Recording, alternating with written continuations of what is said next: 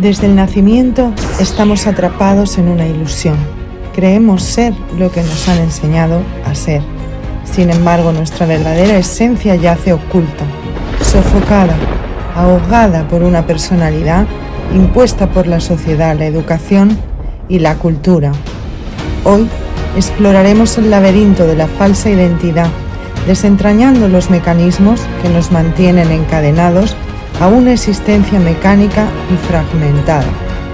Gurdjieff, Jung, la sabiduría hiperbórea nos revelan sobre la personalidad, múltiples facetas de una identidad construida. La mente, el cuerpo y las emociones están gobernados por fuerzas externas e internas ajenas a nuestra verdadera esencia, desviándonos de nuestra verdadera voluntad. ¿Pero es posible romper estas cadenas? ¿Cómo podemos despertar a nuestra verdadera naturaleza y trascender la ilusión del ego impuesto? Acompáñame en este viaje hacia la individuación, donde descubriremos las primeras claves para emprender la aislación del yo. Recuerda, el despertar no es opcional. Despertar es la única vía hacia la verdadera libertad. Cada paso hacia la verdad depende solo de tu voluntad. Comencemos. La verdad en el ser humano es su esencia. No obstante, la esencia está sepultada dentro de la personalidad. La personalidad en el hombre es lo falso, lo que no le es propio. Está compuesta por un repertorio de roles que usamos para situaciones diferentes que se presentan dentro de una vida mecánica. La esencia, el yo, está dominado por la personalidad, confundido con ella y sin posibilidad de manifestarse. La personalidad es lo que hemos aprendido desde el nacimiento, a través de la educación que recibimos de nuestros padres, en la escuela. Todo a nuestro alrededor desde que nacemos inocula sus propias mentiras, sus miedos, ideologías, falsas creencias, etc. De este modo, la personalidad es una falsa identidad con múltiples facetas que se manifiestan de acuerdo a nuestro entorno y medio donde actuemos. Por ejemplo, podemos mostrarnos sumisos con los superiores, tiranos con los subordinados, egoístas con la pareja, rencorosos con los padres, envidiosos con algún compañero, hipócrita con algún amigo y así suma y sigue. Según vemos en Fundamentos de la Sabiduría Hiperbórea de Nimrod de Rosario, tras la personalidad del Vidya en su persona, alienta un yo perdido que es hipóstasis del yo infinito, reflejo del Espíritu Eterno. Quien trascienda esa hipóstasis que se asienta en el símbolo del origen y llega hasta el símbolo mismo, tendrá la posibilidad de acceder al infinito actual, al espíritu. Avanzamos más sobre la personalidad. El hombre corriente cree ser un yo. En realidad tiene tres bien diferentes: el yo físico, el yo personalidad o psíquico y el yo verdadero, que es el yo espíritu, el yo espiritual. El yo real debería haber tomado el comando de todo, pero no es así, como ya sabemos. En estado de vigilia, el hombre está dominado por el yo psíquico de la personalidad, que, por su carácter múltiple, actúa de manera desordenada y mecánica. Por eso, el yo físico, que debería obedecer al yo psíquico, es a veces quien impone y quien domina. Un ejemplo de tal dominación serían actitudes originadas en atracción sexual. Podemos constatar que usamos el yo de la personalidad en estado de vigilia y durante el sueño perdemos conocimiento y el yo físico toma su lugar. Las funciones fisiológicas tienen un carácter continuo, pero es cuando estamos dormidos que el yo psíquico se desvanece y toma control total el yo físico. El yo físico nunca desaparece ni siquiera durante el coma. Al órgano de manifestación del yo físico, Gurdjieff lo llamó centro motor, y a los de manifestación del yo personalidad los llamó centro emocional y centro intelectual.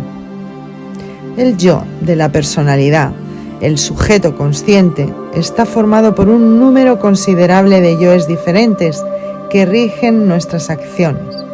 El yo de la personalidad en adelante, personaje, no es uno, es muchos, y cambia constantemente el mando de unos yo a otros. Cada idea, cada sentimiento, cada sensación, cada deseo es un yo. Los yoes no están ligados entre sí, dependen de los cambios de circunstancias exteriores. Por la noche un yo decide madrugar y al día siguiente otro yo decide quedarse durmiendo.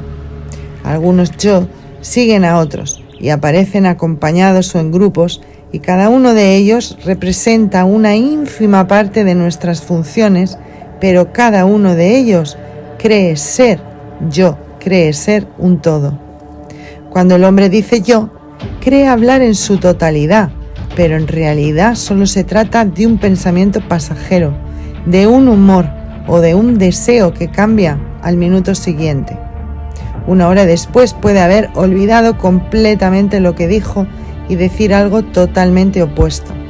El hombre corriente da crédito al último yo que está expresando, y esa expresión es totalmente mecánica, en función de impresiones que le vienen del exterior. Lo que crea la ilusión de unidad, cuando el hombre dice yo y se piensa íntegro, se piensa solo uno, es por un lado la sensación de que tiene su cuerpo físico, por otro lado de su nombre, que en general no cambia, y por último cierto número de hábitos mecánicos implantados en él por la educación o adquiridos por imitación. Al tener siempre las mismas sensaciones físicas, por ejemplo le da asco el tomate, al oírse llamar siempre por el mismo nombre y al saberse con un repertorio habitual de hábitos e inclinaciones que siempre ha conocido, se imagina él mismo, se imagina individual, pero no es así. El nombre y apellido cubren lo que el hombre considera que es, tanto en lo concreto como en lo que imagina y considera real. La memoria es función del sujeto consciente. La pérdida de memoria traería como consecuencia la pérdida de la noción del nombre y todo el conjunto a lo que se refiere. En la personalidad, cada yo o grupo de yoes entra en escena según las circunstancias. La personalidad depende del cuerpo físico mucho más de lo que en general se admite o se sabe. Basta un dolor localizado con cierta intensidad para que todas nuestras generosas ideas sean relegadas. Por el contrario, quien puede controlar su dolor y continuar con sangre fría cumpliendo su tarea, se considera que muestra una actitud de carácter excepcional, incluso heroica. Si comprendemos que la personalidad muestra una dependencia del cuerpo físico, podemos llegar a la importante conclusión de que es a través del cuerpo físico que podemos actuar para alcanzarla, estudiarla y ejercer acciones sobre ella.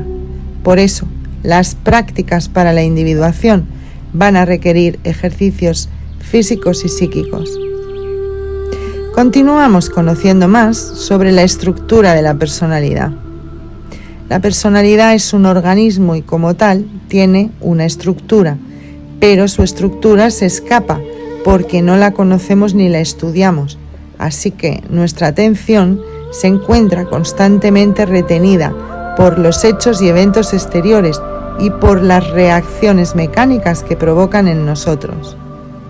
Durante las prácticas de observación de sí, debemos comprobar por nosotros mismos, debemos distinguir 3 corrientes psíquicas llamadas centros por Gurdjieff, dejando claro que no son puntos físicos ni órganos colocados en algún lugar del cuerpo, son centros de gravedad de estas 3 corrientes de la psique. Tampoco esta definición es exacta, pero sirve para hacerse a la idea. El centro llamado motor, por ejemplo, toma parte activa en todo movimiento físico o psíquico. el intelectual, el pensamiento, y el emocional, las emociones, los sentidos. Pero el pensamiento en sí lleva un movimiento, por tanto, el centro motor está presente en él y rige la parte motriz del fenómeno. Lo mismo con los sentimientos, pasiones y sensaciones. Vemos que los centros no son autónomos. Por ejemplo, un descubrimiento hecho por el centro intelectual con ayuda del centro motor se transmite al centro emocional, lo cual provoca las reacciones correspondientes. Esto muestra que estos tres centros psíquicos abarcan, rigen, expresan la personalidad y constituyen su estructura. Si continuamos la observación sobre esto, veremos que cada centro está dividido en dos, su parte positiva y su parte negativa. Como reflejo de la dualidad universal, esta división permite hacer comparaciones, considerar dos caras a problemas que se plantean. Esta designación positivo-negativo no implica un juicio de valor moral. Podemos observar cómo en el centro motor ambas partes son inseparables una de otra. Por ejemplo, podría decirse que la parte positiva sería la que corresponde al conjunto de funciones instintivas del organismo psicofísico, aquellas de las que recoge y acumula energía, y la parte negativa serían las funciones motrices, o aquellas en las que consume energía. Esta simetría, polaridad o dualidad se encuentra también en los otros dos centros. Las ideas constructivas creadoras tendrían un lugar en la parte positiva del centro intelectual. La parte negativa haría la estimación de la idea y sobre la base de esta polaridad el centro intelectual juzga. Igual con el centro emocional, la parte negativa se opone a la positiva, permitiendo distinguir lo agradable de lo desagradable. El mal uso de los centros puede traer consecuencias peligrosas. Es así como el centro intelectual alimentará los celos, malos pensamientos, hipocresías, sospecha, traición, etc. Igualmente en el centro emocional, que da lugar a emociones negativas, odios, tristezas, etc. Pero aún la estructura de los centros no se limita a su división en dos partes, sino que además cada parte se divide en tres sectores, con lo cual cada centro, si lo representamos como un círculo, tendría 6 divisiones. Estas divisiones representan las relaciones con los demás centros. Para el centro intelectual habría el positivo y negativo del intelectual puro, el positivo y negativo del intelectual emocional y el positivo y negativo del intelectual motor. Y así en los demás centros que muestran funciones puras del centro, positivas y negativas, y funciones en las que intervienen otros centros. Por tanto, hay 18 sectores que forman la estructura de la personalidad. Repetimos que ninguno de los 3 centros, salvo en casos patológicos, puede actuar de forma puramente autónoma. ¿Y para qué todo este rollo de la estructura de la personalidad? Respuesta: para usar un esquema con el que podamos entender un problema que cumple un rol importante en la espiritualidad, el problema de los tipos humanos. Sabemos que cada hombre es único y por tanto diferente, un microcosmos como un macrocosmos, representando un universo aparte. Sin embargo, también es cierto que hay tipos humanos que, sin perder su carácter único, se repiten en base a la estructura que acabamos de explicar.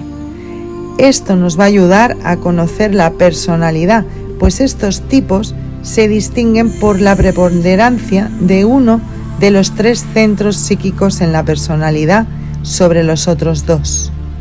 Gurdjieff los llamó hombre número 1, que es aquel en quien el centro de gravedad psíquico reside en el centro motor; hombre número 2, que es aquel en quien el centro de gravedad psíquico reside en el centro emocional; hombre número 3, aquel en quien el centro de gravedad psíquico reside en el centro intelectual. La formación del carácter se da con el crecimiento. Hemos visto que la personalidad está constituida por pequeños yoes, cada uno de los cuales afirma su turno según una de las combinaciones de los centros y sus sectores. Hay un momento en el que podemos considerar el carácter de un hombre formado cuando se adquieren agrupaciones de yoes que aportan cualidades que ya no son cualidades momentáneas, sino que se adquieren de forma permanente.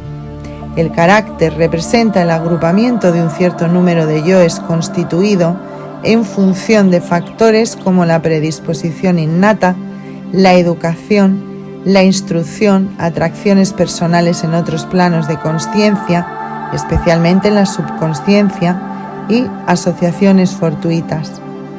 El grado de firmeza de esta asociación de yoes puede variar cuando se establecen al producirse un choque interior o exterior, formando así un bloque, y el carácter entonces se torna particularmente firme.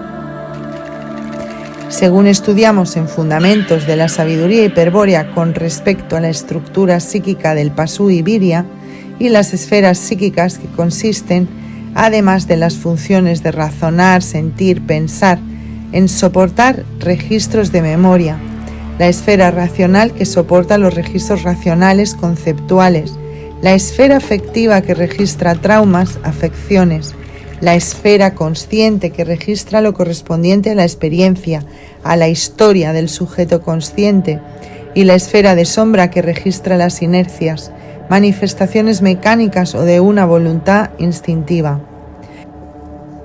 La función de la esfera aérea o esfera volitiva, pues es pura voluntad, es poder manifestar la voluntad del yo, la voluntad egoica, la verdadera voluntad, y no la voluntad mecánica de las esferas de la personalidad. La manera de construir la esfera aérea es mediante la acción estratégica y volitiva. Todo Virya refleja en la sangre el símbolo del origen en mayor o menor grado y según el nivel de pureza. Tarde o temprano encontrará la proyección externa del símbolo del origen, aunque fuera de forma inconsciente, y podrá aprovechar para la construcción de la esfera aérea mediante la expresión activa de la voluntad. La personalidad, los sujetos psicológicos participan de una ética moral. En cambio, la única moral del yo es el honor. Resumiendo, el estado del hombre occidental es la confusión, no distingue al yo con su personalidad psicológica, la voluntad está determinada por los deseos y se confunde con la voluntad egoica verdadera, se manifiesta la necesidad gregaria, la dependencia del colectivo, con la pérdida de la noción de individualidad. Para explicar el proceso de individuación de Jung, muy resumidamente diremos algunas actitudes que pueden darse. 1. Corregir la confusión conceptual provocada por la cultura con la lectura comprensiva o estudio de libros, objetos, cosas, hechos, despojándose de toda convicción previa, es decir, resignando. Esta actitud se puede inducir con la lectura de la obra de Nimrod de Rosario, poniendo a disposición del Virya significaciones oblicuas de símbolos. 2. Un proceso de individuación se va manifestando cuando el sujeto logra establecer la diferenciación por sí mismo entre su personalidad psicológica y el rasgo diferencial egoico. Cuando el sujeto observa su personalidad psicológica, asumiendo los complejos y desvirtuando los defectos, buscando la debilidad de la personalidad. 3. Un proceso de individuación se afirma en la búsqueda interior, reorientando la mirada que estaba dirigida hacia el colectivo social y sus valores, sus entes, sus estructuras y superestructuras, a los valores encontrados en el mundo interno. Así se puede notar la diferencia entre lo álmico y lo espiritual, Lo álmico es gregario, de egregor y colectivo. La puesta de sentido en el mundo, en el colectivo social y cultural, sabemos produce la desorientación. Por tanto, dejar de poner sentido al mundo es reorientarse hacia el yo, asumir la individuación capaz de sobreponerse a la esfera afectiva y por tanto capaz de evitar la captura de las superestructuras. El egregor absorbe energía que se manifiesta como sufrimiento a los sujetos capturados. Por eso la cultura habla tanto del sacrificio por amor en beneficio del colectivo. El egregor, el alma grupal, deja presente la inexistencia del libre albedrío.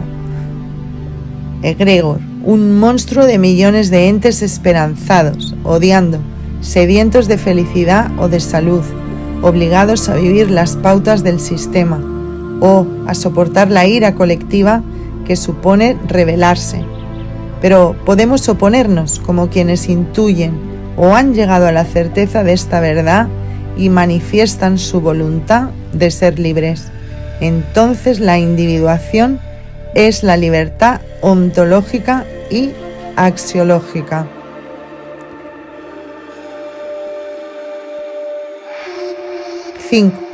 Jung dice que la individuación consiste en la reintegración de las esferas consciente e inconsciente. El hombre corriente no es una individualidad, sino un ente colectivo. La individuación requiere de gran concentración de energía psíquica desplegada hacia la reflexión intuitiva de sí mismo, o sea, a conocernos. Con el desarrollo de la intuición simbólica reflexiva podemos trascender los rasgos psicológicos y solo la fuerza de voluntad es capaz de tal concentración de energía. He aquí la tríada conducente a la individuación, la intuición, la reflexión y la voluntad. 6. El alma, las estructuras psicológicas, son un sistema autónomo que ya hemos visto cómo despliegan símbolos en el inconsciente y emergen a la esfera de sentido o a nuestra realidad habitual en estado de vigilia. También conocemos el funcionamiento de los psicoideos y cómo manipulan a los virias a través de los símbolos. Vemos analogías entre Gurdjieff y Jung. Hablan de dos tipos psicológicos, el reflexivo y el sentimental. Dentro de estos tipos hay variables, el extrovertido y el introvertido. Es extrovertido o reflexivo el individuo donde es dominante la razón a los afectos, y al contrario será introvertido o sentimental donde prima lo emocional. Podemos decir que estas tipologías son válidas para la sabiduría hiperbórea, ya que el tipo introvertido sentimental encaja con el tipo sacralizante y el extrovertido reflexivo pertenece al tipo lúdico. Ejemplos del sacralizante pueden ser el profesional eficiente, fagocitado por el arquetipo y dedicado por completo a su actividad profesional, dependiente psíquicamente al trabajo. Un revolucionario se sacrificará por la revolución y hasta se inmolará por la justicia social. Es un tipo irracional, sacralizante, porque su actitud lo lleva a un sacrificio doloroso guiado por una fe o una creencia irracional en un símbolo, ente o arquetipo. El lúdico es al contrario, busca a toda costa escapar del dolor. Por eso Jung lo encuadra en el extravertido reflexivo, porque nunca logra desarrollarse internamente. Este sujeto se guía únicamente por la razón. Si el sacralizante torna en sufrimiento su relación con el símbolo, en el caso del lúdico se evita la tensión, quitando la atención al símbolo usando la negación. Aquí encajan los escépticos, agnósticos, los minimalistas, los mediocres, algunos tipos que aceptan las cosas como son. Desea inconscientemente apoderarse de los símbolos con el mínimo sacrificio. Entonces juega a la pareja para poseer una mujer, o juega a cualquier papel que va a representar sin compromiso.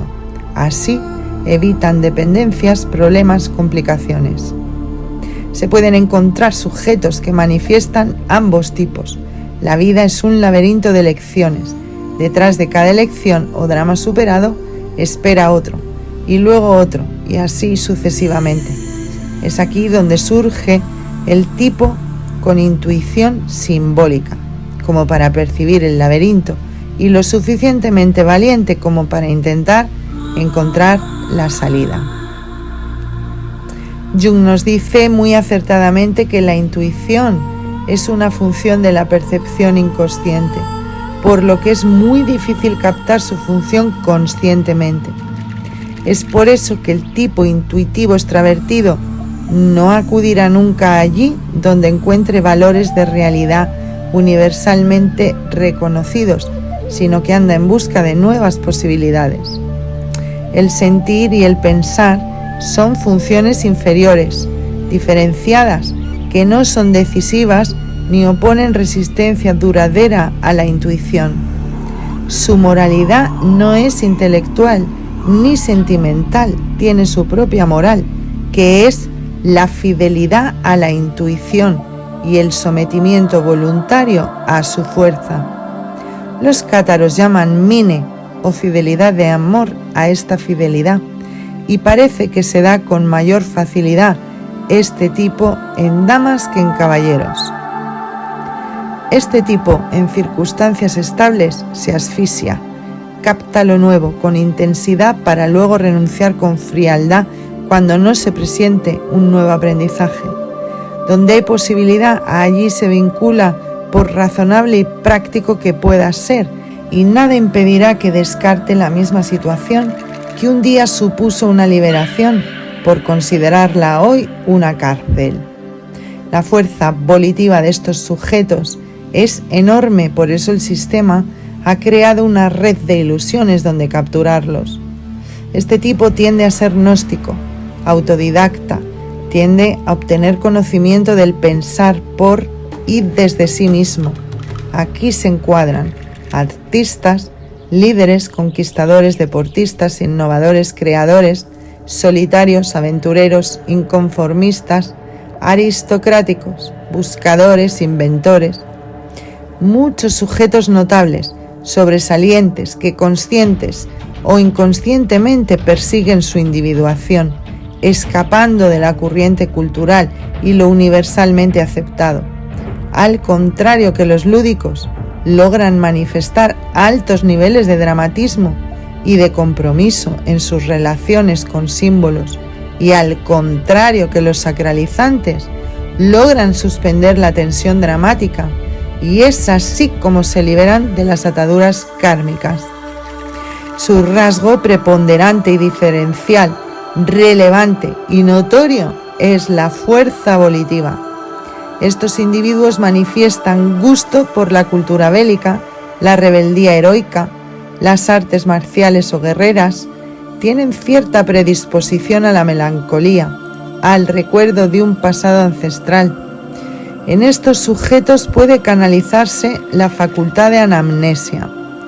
Es para ellos muy importante el cumplimiento de la palabra dada, o son lectores disciplinados en busca de conocimiento para discernir interiormente, o no leen nada en absoluto confiando en su intuición. Manifiestan predilección por la soledad, se imponen una pobre vida social. Son románticos a ultranza, formulan idilios amorosos que es imposible concretar afuera del ámbito platónico imaginario. Esta es una de sus debilidades, que se hace patente en sus relaciones con el sexo opuesto. Sus relaciones se hacen inestables y tormentosas. Jung afirma que son tenaces y desinteresados, por lo que tienden a dejar las cosas a medias, y pueden ser terriblemente fríos y desapegados, como también ardientes y pasionales, dualidad sin explicación que se atribuye a cierta soberbia natural que los lleva a buscar desafíos y a soportar sin despeinarse, altas dosis de dolor y sufrimiento. Cuando consiguen orientarse, logran inspirar en los demás los más elevados anhelos, las altas cumbres. Pueden sentir un gran desprecio por el mundo y todas sus estructuras, una amenaza real a su propia autonomía. Su tendencia a abrirse al infinito hacia la posibilidad pura acrecienta su posición a las estructuras y superestructuras y no encuentran un lugar en el mundo.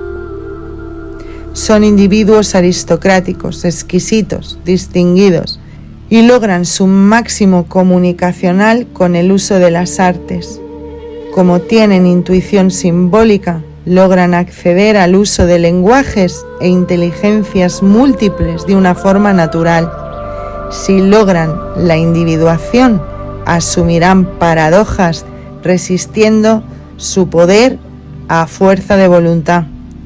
El liderazgo en ellos es una virtud cardinal, por eso son pocos. En el próximo vídeo profundizaremos en nuevas claves para romper las cadenas de la identidad impuesta y avanzar hacia la liberación del ser auténtico. Cada paso que das internamente revela el reflejo de lo eterno. Nos vemos en el siguiente capítulo.